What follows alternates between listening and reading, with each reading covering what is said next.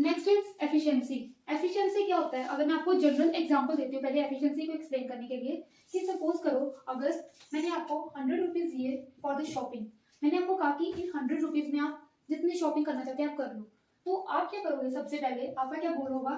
Number one, आप क्या करोगे कि 100 रुपीज में से ज्यादा शॉपिंग आप करो। ओके, आपका क्या होगा सबसे पहला गोल? कि आप उन 100 रुपीज में मैक्सिमम शॉपिंग करो। ओके, और दूसरा क्या होगा आपका कि कम से कम पैसे खर्च करके, मतलब आप कम से कम मिनिमाइजिंग द कॉस्ट, आप कॉस्ट को कम करके ज्यादा से ज्यादा बेनिफिट्स जो है या ज्यादा से ज्यादा शॉपिंग जो है आप वो करो। ओके, सो इसमें हम जैसे देख रहे हैं कि अगर मैंने आपको बोला कि आप एफिशिएंटली शॉपिंग करके आओ इन 100 रुपीज की, सो एफिशिएंसी का मतलब क्या होगा इसमें कि आप ज्यादा से ज्यादा जो है शॉपिंग करो उस 100 रुपीज में, या आप जो है कम से कम जो है 100 रुपीज यूज करो, पूरे 100 रुपीज ना यूज करो, उसमें से कुछ पैसे अपने पास बचा लो, उसे हम क्या बोलेंगे? एफिशिएंसी। ओके, सो क्या लिखा है यहाँ पे? Efficiency describes the relationship between inputs and outputs. Efficiency जो है वो रिलेशन जो है डिस्क्राइब करती है between the inputs and outputs. कैसे? अब इस केस में मैंने आपको जैसे 100 रुपीज दिए थे, वो हमारी इनपुट थी, और आउटपुट थी कि आप जो मैक्सिमम से मैक्सिमम शॉपिंग करो। अब इस लाइन का क्या मतलब है? Describe the relationship between inputs and outputs, that is कि अगर हमारा गोल क्या होगा कि जब भी हम प्रोडक्शन प्रोसेस में इनपुट्स को यूज कर रहे हैं, तो हमारा गोल क्या होगा कि कम से कम कॉस्ट जो है हमने वो करनी है इनपुट्स की। ओके, सस्ते से, जैसे फॉर एग्जांपल मैं आपको एग्जांपल देती हूँ कि अगर हम टैबलेट को प्रोड्यूस कर रहे हैं, तो हमारा गोल क्या होगा कि सबसे कम से कम जो सबसे कम जो है हमें सस्ता जो रॉ मटेरियल मिल रहा है हम उसे यूज करें, और सेम जो है एफिशिएंसी हो उसकी, और उसके अलावा लेबर जो है वहां पर जो है कॉस्ट कटिंग करना। सो इनपुट्स में हमारा क्या होगा कि कम से कम जो है हमारी जो इनपुट्स की कॉस्ट है हमें वो पड़े, और ज्यादा से ज्यादा आउटपुट जो है हमारी वो प्रोड्यूस हो। Okay, so efficiency describes the relationship between the input and the output. It is concerned with maximizing the benefits with the resources available.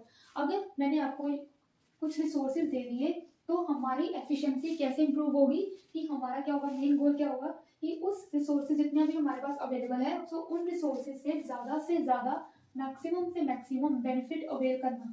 Okay, एक तो ये हो गया एफिशिएंसी में। दूसरा क्या हो गया कि अगर हमने एक given level of benefit he produce करना है, कि अगर हमने 100 यूनिट्स ही प्रोड्यूस करनी है सपोज करो, तो उन 100 यूनिट्स को हमने ट्राई करना है कि कम से कम कॉस्ट से हम प्रोड्यूस करें। फॉर एग्जांपल बोला कि आप 100 जो है यूनिट्स ऑफ टैबलेट के प्रोड्यूस करो। ओके, सो अब आपको मालूम है कि आपको 100 यूनिट्स मिले हैं। अब आप क्या करोगे कि आप जितना भी आपको रिसोर्सेज की कॉस्ट है, आप उनसे जो है पैसा बचाने की कोशिश करोगे। सो इसमें यही बोला गया है कि minimising the cost for a given level of benefit. So efficiency क्या होता है? एफिशिएंसी जो है वो रिलेशनशिप डिस्क्राइब करता है बिटवीन इनपुट एंड आउटपुट, और इसका मेन मकसद क्या होता है कि बेनिफिट्स को मैक्सिमाइज करना और कॉस्ट को मिनिमाइज करना। जैसे फॉर एग्जांपल कि अगर, और थोड़ी मैं हेल्थ केयर प्रोग्राम के पॉइंट ऑफ व्यू से बताऊं, तो अगर एक ए प्रोग्राम है और एक बी प्रोग्राम है। ओके, सो ए प्रोग्राम की अगर हमें कॉस्ट जो है वो पड़ रही है अराउंड 8 लाख, वहीं पे अगर हमें बी की जो कॉस्ट पड़ रही है दैट इज 4 लाख, इसके जो बेनिफिट्स है वो हमें पड़ रहे हैं अराउंड 2000 पेशेंट्स जो है वहां से ट्रीट होते हैं। लेकिन जो बी प्रोग्राम है उसमें हमारे बेनिफिट्स 5000 पेशेंट्स हैं। ओके, सो हमें क्या चाहिए कि कॉस्ट जो है वो कम से कम हमारी हो, और जो बेनिफिट्स है वो हमारे ज्यादा से ज्यादा हो, और वो किसके हैं? बी प्रोग्राम के। सो ज्यादा एफिशिएंट प्रोग्राम कौन सा होगा? हमारा बी प्रोग्राम होगा, जिसमें हमारी कॉस्ट भी कम है और बेनिफिट्स भी ज्यादा है। तो इसका मतलब जो हमारा बी प्रोग्राम है वो एफिशिएंट प्रोग्राम हमारा। ओके, ये हो गया efficiency. So next is opportunity cost. This is very important, और स्टूडेंट्स को जनरली अपॉर्चुनिटी कॉस्ट समझ नहीं आता है। सो जनरली ये बहुत इजी कॉन्सेप्ट है, मैं आपको विद एग्जांपल एक्सप्लेन करूंगी। सो पहले हम पढ़ लेते हैं। As resources are scarce, an individual in choosing to consume a good, in principle, chooses the good which gives him or her the greatest benefits, and thus forgoes the consumption of a range of alternative goods of lesser value. क्या बोल रहे हैं कि जब हमें मालूम है कि रिसोर्सेज जो है वो स्कार्स है, इसीलिए जब इंडिविजुअल को कोई गुड जो है वो कंज्यूम करना होता है, वो चूज करना होता है, तो वो कौन सा गुड जो है चूज करता है? तो वो कौन सा गुड जो है चूज करता है? विच गिव हिम और हर द ग्रेटेस्ट बेनिफिट। वो एक ऐसा इंडिविजुअल एक ऐसे गुड को चूज करता है जो उसे ग्रेटेस्ट बेनिफिट प्रोवाइड करे। and thus foregoes the consumption of a range of alternative goods of lesser value। तो इसीलिए उस गुड को कंज्यूम करने के लिए वो बाकी जो ऑल्टरनेटिव गुड्स हैं उनकी कंजम्पशन को छोड़ देता है, जिनकी वैल्यू जो है कम होती है। क्या बोल रहे हैं, जैसे फॉर एग्जांपल अगर मैंने आपको बोला कि आप ये 100 रुपीज लो, ओके, और आप इन 100 रुपीज का कुछ भी करना चाहते हो तो कर लो, तो आपने अब आपको जो है भूख भी लगी है और दूसरी ओर जो है 100 रुपीज की गेम भी खेलना चाहते हो, ओके। सो अब आपके लिए जो ग्रेटेस्ट बेनिफिट है वो कौन सा प्रोवाइड कर रहा है कि आपको भूख लगी है, पहले आप खाना चाहते हो, तो आप क्या करोगे कि अब आपने अपने 100 रुपीज जो है हंगर भी स्पेंड कर दिए, ओके। सो उसके लिए आपने जो है next alternative that is game खेलना, आपने उसको छोड़ दिया। सो अब क्या होगा, इसमें क्या बोल रहे हैं कि अपॉर्चुनिटी कॉस्ट क्या है कि अब आपने चूज कर लिया किसी एक ऑल्टरनेटिव और किसी एक ऑप्शन को जो आपको ग्रेटेस्ट बेनिफिट प्रोवाइड कर रहा है, लेकिन उसके लिए आपने जो ऑल्टरनेटिव है, नेक्स्ट बेस्ट ऑल्टरनेटिव है, आपने उसको छोड़ा और उसके कारण इसकी जो है कॉस्ट जो होगी वो आपको पड़ेगी, दैट इज अपॉर्चुनिटी कॉस्ट होती है, ठीक है। अपॉर्चुनिटी कॉस्ट मतलब जो इसका बेनिफिट है गेम खेलने का, जो हमें बेनिफिट मिलना था वो अब हम अवेल नहीं कर सके। इस जो अब हम बेनिफिट, अब हम हंगर का बेनिफिट लेने के लिए, मतलब जब हमने अपनी हंगर को फुलफिल करने के लिए, जो हमने अपनी हंगर को फुलफिल करने के लिए 100 रुपीज खर्चे, जो इसका बेनिफिट था हमने वो लिया as compare to the benefit of games, okay. So इसका बेनिफिट लिया तो गेम का बेनिफिट छोड़ दिया, ओके। सो अब उसका जो बेनिफिट हमने छोड़ा उसको हम जो है एक मॉनेटरी कॉस्ट में जो है कंसीडर करते हैं। सो उस कॉस्ट को हम क्या बोलते हैं, अपॉर्चुनिटी कॉस्ट, ओके। मैं एक और एग्जांपल आपको देती हूँ। फॉर एग्जांपल अब एक है मलेरिया प्रोग्राम और दूसरा है ट्यूबरक्लोसिस का प्रोग्राम। अब हमें मालूम है कि हमारे पास रिसोर्सेज जो है स्कार्स है, ओके। सो अब हमें ये देखना है कि हम किस पे जो है इन्वेस्ट ज्यादा करें। अगर हम देखें जिस एरिया पे हम ये प्रोग्राम को लॉन्च कर रहे हैं उस एरिया में ट्यूबरक्लोसिस के केसेस अभी ज्यादा है, तो ऑब्वियसली जो है हमें इन्वेस्टमेंट अपनी ट्यूबरक्लोसिस के प्रोग्राम में डालनी चाहिए as compare to malaria program. So अब हमने क्या किया कि अपने ट्यूबरक्लोसिस प्रोग्राम को है, हमने सोचा डिसाइड किया कि हम इस ऑप्शन को है चूज करते हैं, ओके। हमने जो है B option that is tuberculosis के प्रोग्राम को चूज कर लिया। अब इस प्रोग्राम को चूज करने से हमें बेनिफिट्स मिल गए, क्योंकि हमें मालूम है कि जो अभी हमें जो जरूरत है, जिस एरिया में हम जो लॉन्च कर रहे हैं इस प्रोग्राम को, उसमें टीबी के केसेस ज्यादा है, तो मतलब इससे जो है हमें ग्रेटेस्ट बेनिफिट्स मिल रहे हैं, इससे हमें ग्रेटेस्ट बेनिफिट्स मिल रहे हैं। तो उसके लिए जो हमने दूसरे ऑल्टरनेटिव के बेनिफिट्स हैं उनको रिजेक्ट कर दिया, ओके।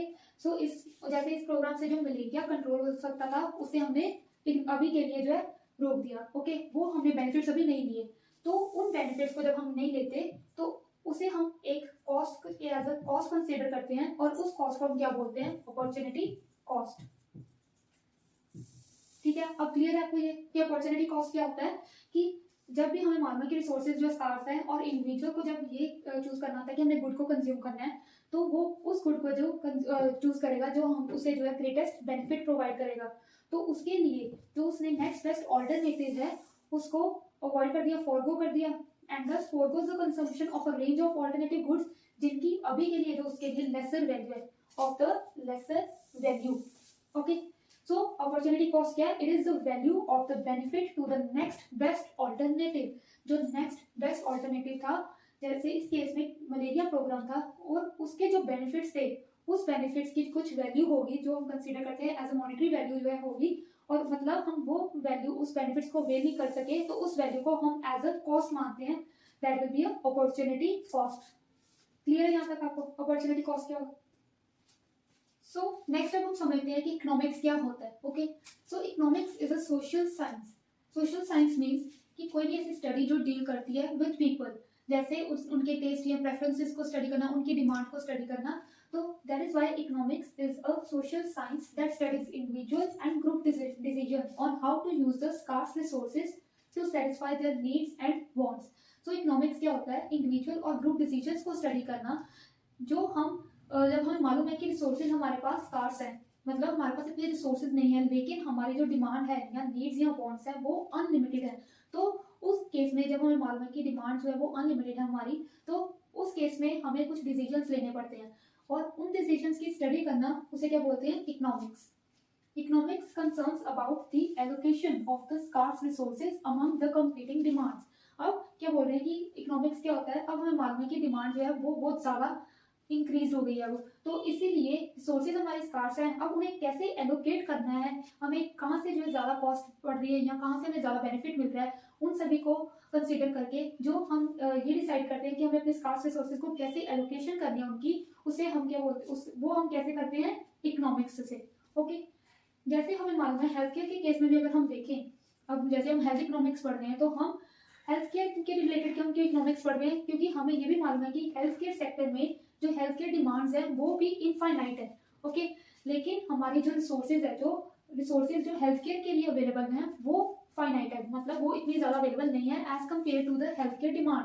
तो इसीलिए जब हम ये डिसाइड करेंगे कि उन हेल्थ केयर रिसोर्सेज को कैसे डिस्ट्रीब्यूट करना है या कैसे एलोकेट करना है जिससे हमें ज़्यादा से ज़्यादा बेनिफिट हो, तो वो हम सभी कैसे स्टडी करते हैं, with the help of the economics. Okay, it is concerned with making the choices between the alternatives by comparing the cost and benefits। अब हमने जैसे बोला है कि हमें रिसोर्सेज को कैसे एलोकेट करना है, तो वो हम कैसे डिसाइड करते हैं, by making the choices between the alternatives by comparing the cost and benefits। उनके कॉस्ट या बेनिफिट्स को कंपेयर करके कि हमें उन किस ऑल्टरनेटिव से हमें ज़्यादा बेनिफिट हो रहा है या किस ऑल्टरनेटिव की हमें कम से कम कॉस्ट पड़ रही है, हम उससे जो है अपने ऑल्टरनेटिव्स की चॉइसेस लेते हैं। और वो कैसे लेते हैं, with the help of the economics. Then its primary objective is to assist the society in determining the most efficient method for allocating its resources that are scarce। Okay, so economics का जो अगर हम crux की बात करें तो economics क्या होता है, इकोनॉमिक्स जो है हमें हेल्प करता है जो हमारे स्कार्स रिसोर्सेज हैं लेकिन जो अनलिमिटेड डिमांड है, सो उन रिसोर्सेज, उन स्कार्स रिसोर्सेज को कैसे एलोकेट करना चाहिए, उनकी कॉस्ट एंड बेनिफिट को कंपेयर करके, और ये फाइंड आउट करना कि कौन सा हमारा जो है एफिशिएंट मेथड है, कौन सा एफिशिएंट मेथड है जिससे हम अपने रिसोर्सेज को, स्कार्स रिसोर्सेज को प्रॉपर्ली एलोकेट कर सकते हैं, वो हमारा सारा कौन करता है, इकोनॉमिक्स करता है। ओके, वो हम सभी चीज़ें with the help of economics करते हैं। तो इसीलिए हम जो है इकोनॉमिक्स को हेल्थ केयर सेक्टर में भी स्टडी करते हैं, बिकॉज हमें मालूम है कि हेल्थ केयर डिमांड्स है वो भी अनलिमिटेड हैं, लेकिन जो हमारी हेल्थ केयर रिसोर्सेज है दीज आर फाइनाइट। इसीलिए जो इकोनॉमिक्स है वो एक वाइटल रोल जो है प्ले कर रही है in health care sector. So I hope यहाँ तक आपको क्लियर है कि इकोनॉमिक्स क्या होता है और वो हेल्थ केयर में क्यों इंपॉर्टेंट होता है और उसका क्या मेन प्राइमरी ऑब्जेक्टिव है।